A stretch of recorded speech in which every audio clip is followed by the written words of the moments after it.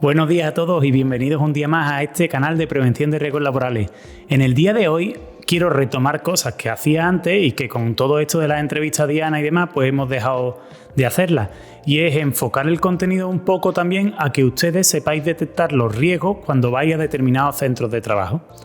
Así que en el vídeo de hoy os propongo evaluar los riesgos que se suelen dar en un taller mecánico de chapa y pintura. Vamos a ver cuáles son los riesgos que allí se dan, cuál es la causa y cuál es la medida preventiva. Así que si quieres saber cuáles son los riesgos más comunes en un taller de chapa y pintura, quédate, que este contenido te interesa. Bueno, a mí me pasaba cuando empecé en esto de la prevención, pues que a veces me tenían que enfrentar según a qué empresa. Ya sabéis que yo siempre he trabajado en un servicio de prevención ajeno, y me asustaba un poquito el no saber qué me iba a encontrar allí. Y ahora te tienes que meter en internet y empezar a buscar cuáles son los riesgos más típicos que se pueden dar, pues por guías de buenas prácticas que se dan en los sectores y demás. Y yo os quiero ayudar pues llevando este contenido en vídeo para que ustedes lo sepan. Así que vamos a ver cuáles son los riesgos que tenemos en un taller de chapa y pintura de vehículos de automoción. Así que si os parece, bueno, todos sabéis lo que es un taller, estos sitios donde se están reparando coches, pero quiero hablar en concreto de estos talleres. Sabéis que los talleres se pueden dedicar solo a la mecánica o se pueden dedicar también a la parte de chapa y pintura del coche. No es lo mismo que se te rompa el motor del coche o donde te hacen la revisión del aire acondicionado, a que en este caso pues que os tengan que arreglar, por ejemplo, un arañazo que tenga la chapa o un bollo que tenga la chapa. En estos casos, la evaluación de riesgo es distinta, porque en uno nos encontramos con cabinas de pintura y en el otro, en el mecánico, pues no tiene cabina de pintura. Y los riesgos que se derivan de tener una cabina de pintura pues son importantes y hay que tenerlo en cuenta. Así que lo primero que tenéis que tener en cuenta cuando vayáis a un taller de coche es: ¿pinta o no pinta? ¿Hay cabina de pintura o no hay cabina de pintura? ¿Qué es? ¿Chapa y pintura o solo chapa? O sea, chapa y pintura o mecánica y chapa y pintura. Eso es lo primero que tenéis que tener en cuenta. Teniendo en cuenta que yo hoy os quiero hablar de los que son de mecánica y chapa y pintura, pues vamos a ver cuáles son los riesgos más comunes. Vamos a empezar a definirlos y os lo pongo en la pantalla. Los riesgos más comunes que nos podemos encontrar es exposición a sustancias tóxicas. Como os he dicho, pues la causa es que tenemos pintura y disolventes. Hay que tener en cuenta si esto se está haciendo de la manera adecuada, se están utilizando estos productos químicos de la manera adecuada o no se están utilizando estos productos químicos de la manera adecuada. Lo siguiente que vamos a tener siempre en un taller de chapa y pintura es exposición a ruido por funcionamiento de maquinaria pues que es ruidosa, ¿no? En todos los talleres de chapa y pintura y de mecánica en general pues tenemos maquinaria pues que es bastante ruidosa. Ahora os podéis preguntar cuál es la maquinaria que nos podemos encontrar en un taller, que eso es otra de las preguntas que un técnico pues puede hacerse cuando va a un sitio que no conoce. Las máquinas que nos podemos encontrar en un taller, y os las enumero, pues son las siguientes.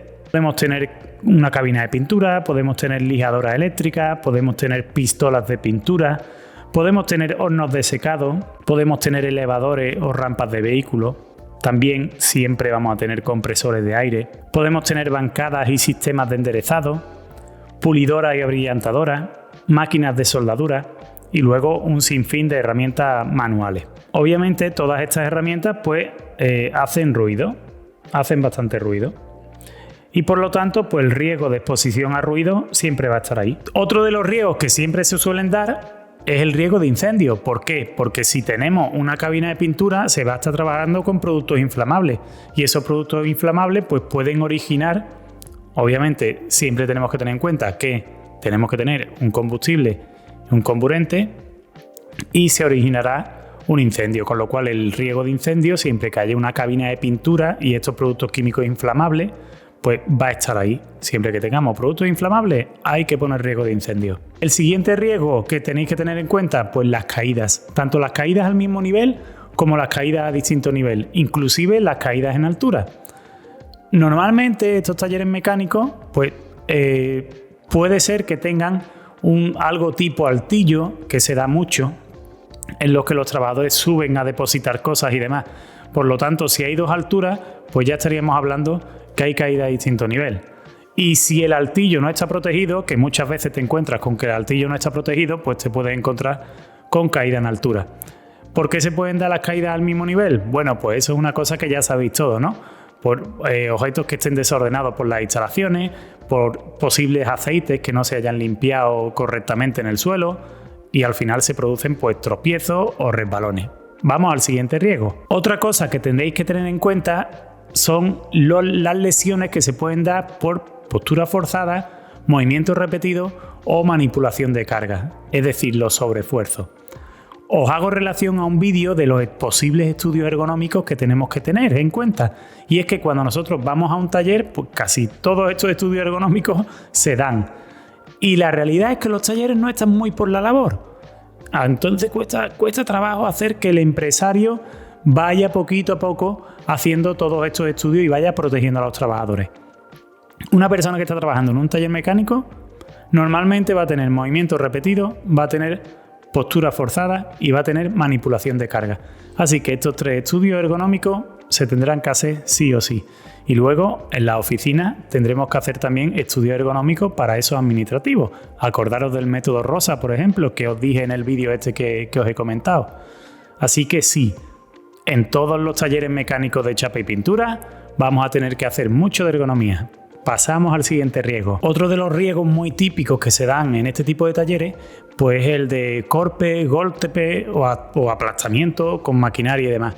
¿Esto por qué se da? Pues por un uso indebido, ya sea de herramientas manuales o sea de la maquinaria.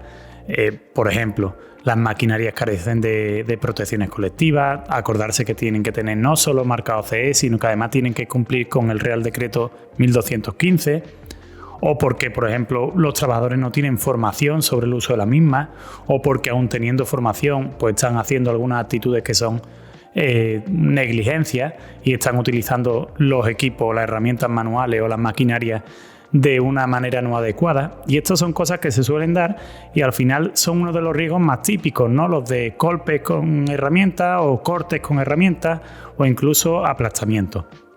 Así que siempre hay que tenerlo en cuenta. Cuando vayamos a un taller mecánico, estos riesgos van a estar presentes.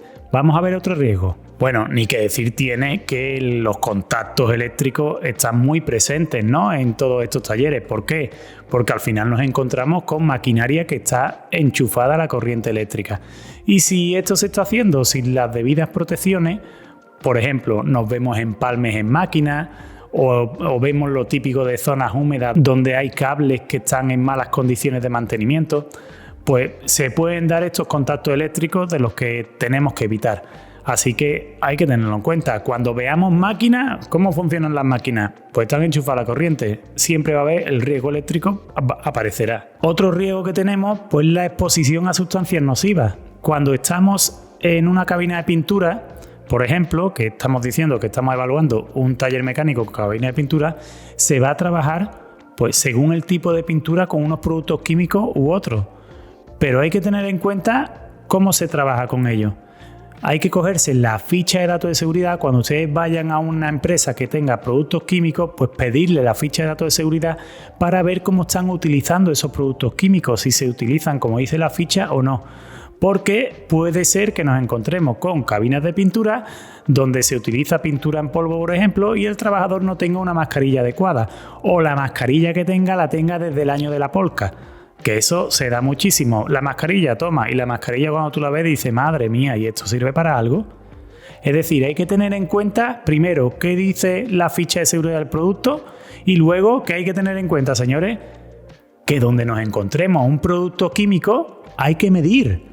Hay que hacer una evaluación específica de ese producto químico en el ambiente para ver si estamos superando o no los valores límites diarios recomendados, ¿no?, los valores de exposición. Así que sí, cada vez que vayamos a un taller mecánico en el que, pues por ejemplo, se suelde o se pinte, hay que tener en cuenta que hay que hacer unas mediciones higiénicas. Y una vez que hagamos las mediciones higiénicas, entonces se tomarán medidas. Y además nos ayudaremos siempre de la ficha de datos de seguridad del producto químico con el que allí trabajemos. Esto hay que tenerlo siempre en cuenta, ¿eh? Acordarse, cosas específicas que estamos viendo, ergonómico e higiénico, ya las tenemos aquí a las dos.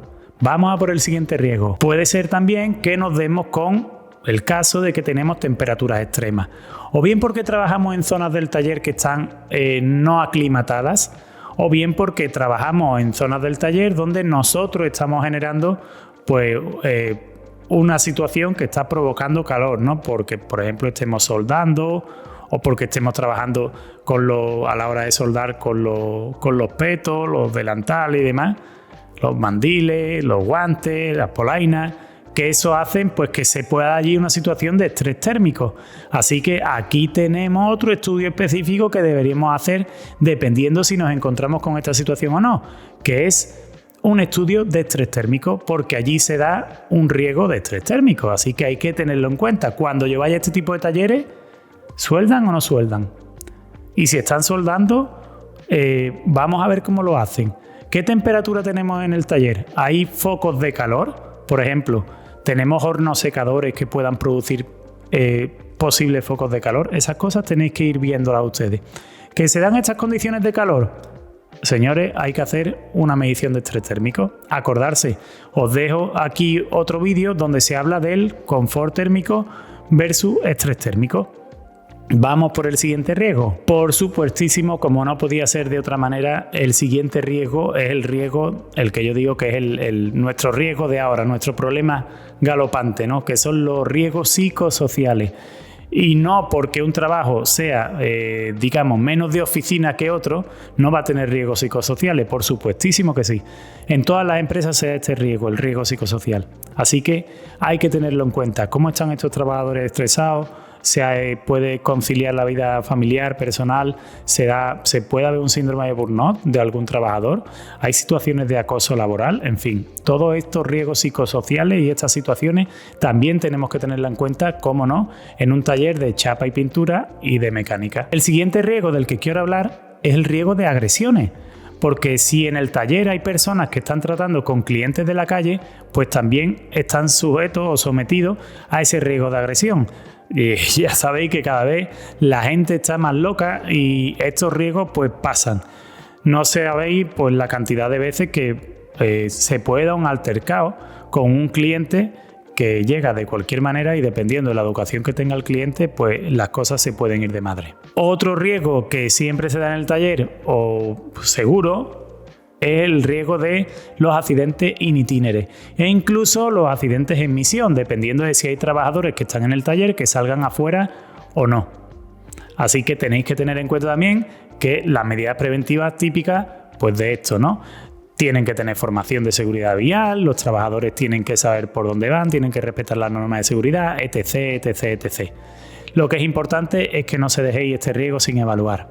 Otro riesgo que es muy importante y se da siempre que tenemos una cabina de pintura y sobre todo si tenemos una zona donde se está pintando y otra zona donde se está soldando y están juntitas, cuidado, porque ahí tenemos el riesgo de explosión. ¿Y el riesgo de explosión que hay que tener en cuenta? Pues que hay que hacer un documento de protección de atmósfera explosiva. O al menos hay que dejar en un documento reflejado que se está evaluando y que se ha tenido en cuenta. Hay muchas veces que no procede tampoco, dependiendo de la instalación, si es muy pequeñita, en mi opinión tampoco procede a ser un DOPEX como tal. Pero sí que, oye, una level clasificación de zona, pues sí, donde se diga en esta zona, pues vamos a trabajar de esta manera, en esta otra zona vamos a trabajar de esta otra y en esta otra zona pues vamos a trabajar de esta otra. Lo que tenéis que tener en cuenta es que si se dan estos dos condicionantes podemos tener el riesgo de explosión y el riesgo de explosión cuando tenéis una cabina de pintura siempre tenemos que tenerlo en cuenta, ¿vale? A partir de ahí hay que ver cómo es la instalación eléctrica de la cabina de pintura y si está cumpliendo con esto o no, si allí se da una atmósfera explosiva o allí no se da una atmósfera explosiva, ¿vale? ¿Cómo están los cables? ¿Están protegidos? ¿Puede saltar alguna chispa? ¿Qué pasa si allí salta alguna chispa? Y tenemos, por ejemplo, una niebla de partículas de pintura suspendidas en el ambiente y son inflamables, pues que allí se va a producir una deflagración y esto es lo que no queremos. Así que tenemos que estudiar todos estos condicionantes para tener en cuenta el riesgo de explosión.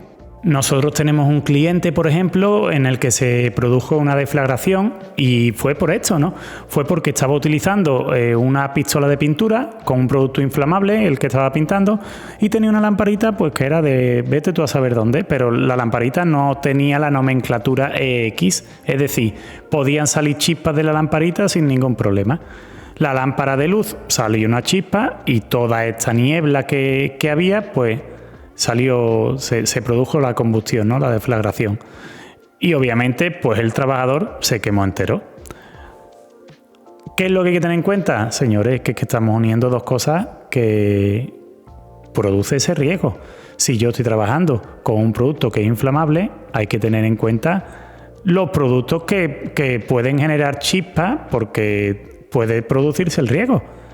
Eso es lo que hay que tener en cuenta en la atmósfera explosiva. Bueno, como veis, las medidas preventivas las he pasado así súper por encima, porque si no esto se convierte en una formación más que en un vídeo de YouTube, así que tampoco quiero extenderme más. Sí que quiero, a ver si veo, o como yo lo voy diciendo así más o menos un poquillo de memoria, a ver si veis que se me ha olvidado algún riesgo y quiero que me lo escribáis abajo, a ver qué sorprenderme, a ver qué se me puede haber olvidado. Como siempre os digo, si os ha gustado el contenido, darle a me gusta, compartirlo y suscribirse al canal para que os lleguen las notificaciones. Y así pues yo puedo seguir haciendo contenido de este tipo. Así que nada, nos vemos en el siguiente vídeo, espero que este os haya gustado. Hasta luego.